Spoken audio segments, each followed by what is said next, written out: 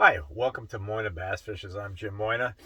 In this video, we're going to talk about the first 2 days of practice at the Potomac River here. This tournament is the 2023 MLF Tacklewarehouse Invitational on the Potomac River.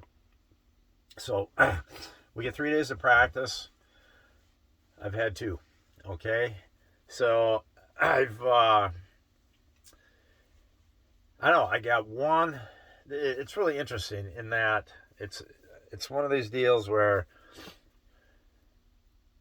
I've fished two sections of the river now on each day, and in one section I'm catching more fish, in the other section I caught much fewer fish, but quality.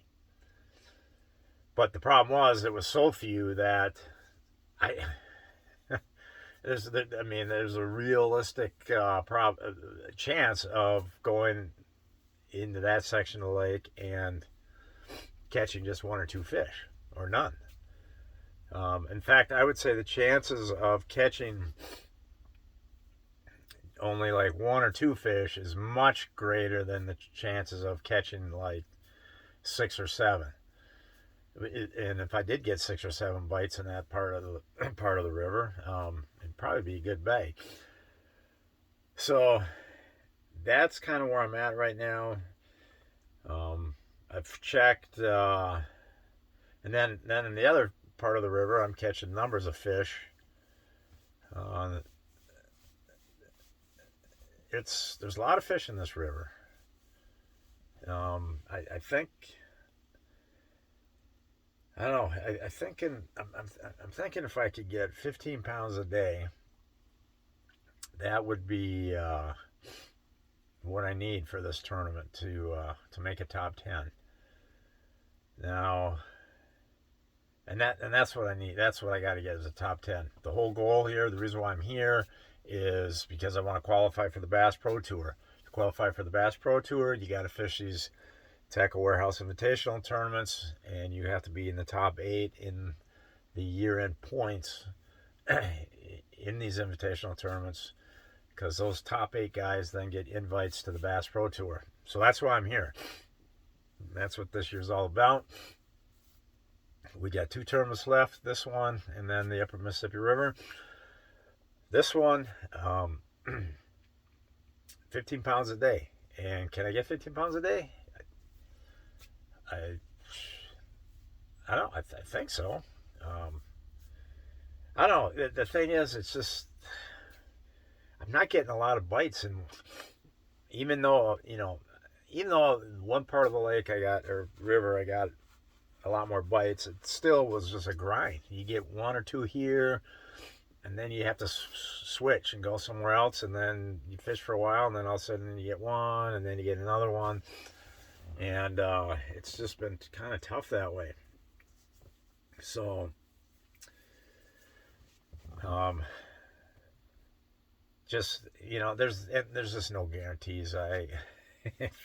In bass fishing, as you know. So, but I feel like I can. I feel like I can get. I mean, I don't know. I still got another day to practice tomorrow, and I'm not even sure what I'm going to do. On one hand, I'm thinking I should go to that part of the river where I had them quality bites and see if I can't fine tune that a little bit and maybe start generating more bites. Make some adjustments, whatever.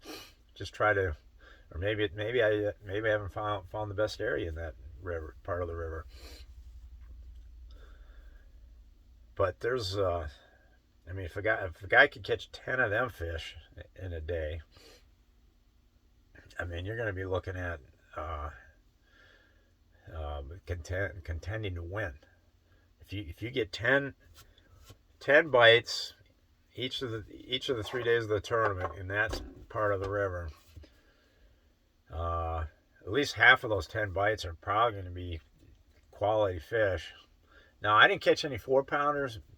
These fish were like 3 1/4 to 3 3/4 kind of a thing. So that puts you at like 17 pounds a day, and that's going to be you're probably top 3, if not number 1, with that kind of a weight for 3 days.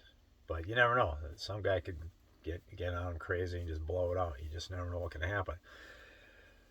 So, anyways, let's make this video. Sorry. Oh well, what else? What else can we say? Snakeheads are biting. The snakehead, of course, is the exotic fish, the invasive fish, and they say those things walk on land. I don't know how they do that, because when I unhook these things, I drag them up onto the back deck of the boat, and they don't start walking across the boat. They just kind of slither and wiggle back and forth, and they don't really go anywhere. So, is this just a myth? Is this some kind of urban myth that they actually walk across land? There's no way. There is no way these things are walking across land. I'm sorry. Because I've had them on the back deck in the carpet, and with carpet they should have a little bit of traction, right? And they just wiggle back and forth and don't go anywhere. So, but yeah, the snakehead, it's a cool fish. Or totally reminds me of a dogfish, or what?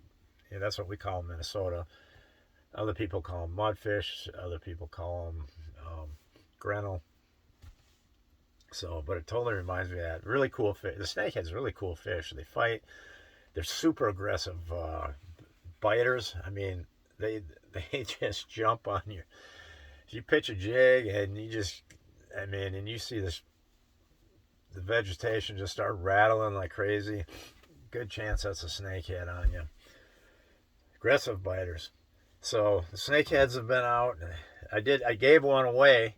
I caught this one, and there was a father and son fishing off of a dock, and so I caught this fish and asked them if they wanted it, and they were very happy to get that fish. So, because apparently they don't want these snakeheads in here. I've heard they're really good eating, but they don't want them in here because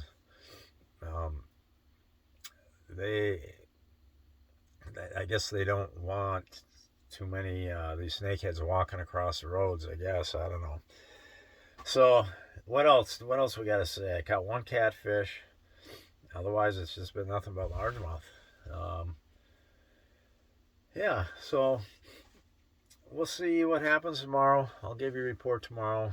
That's the update for now. I know it's not a lot of detail.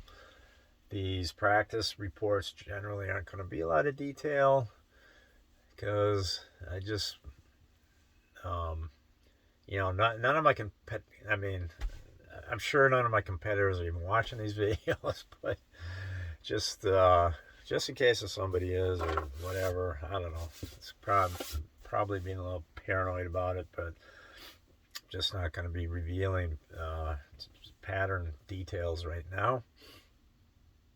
So, but yeah, tomorrow,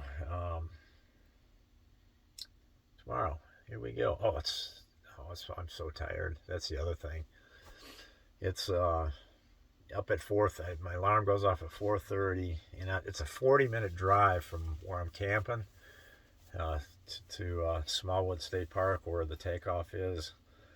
And man, that's just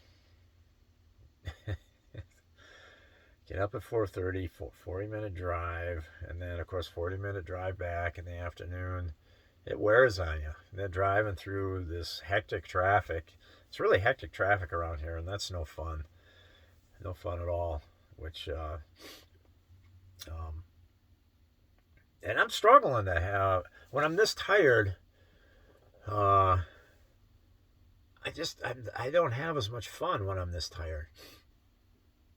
Fishing, there's something called fun fishing. That's where you just go fishing for the heck of it.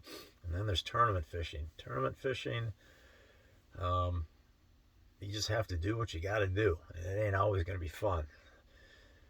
You try to have fun. You try to make the most of it, but dang it, sometimes you just got to do what you have to do compete, to compete the best that you can. And sometimes fun is secondary. But what is fun is taking that check you win in the tournament and bringing it to the bank. That's fun. So that'll be fun. And fun fishing is fun. Believe me, I love going just fishing for the heck of it. That's. But then I'm not setting no alarms. I'm not setting an alarm. I'm taking breaks during the day, and I'm rested. I'm not rested right now, and I actually can tell. Um,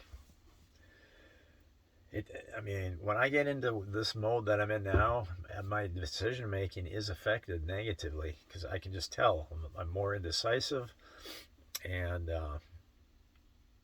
I just don't think my creative the creative part of my mind just isn't quite where it can be or it should be. So, anyways, is that a mosquito? That's the other thing. Why are there no mosquitoes here? I'm like in a forest right now, and there's not one. I've seen like one mosquito. I mean, this same kind of habitat back in Minnesota, it would be swarming with them. Anyways, that's enough rambling. Thanks, guys and gals, for watching, and I will come out with another video for the last practice day. But that'll be after I fish the last practice day, which is tomorrow. Over.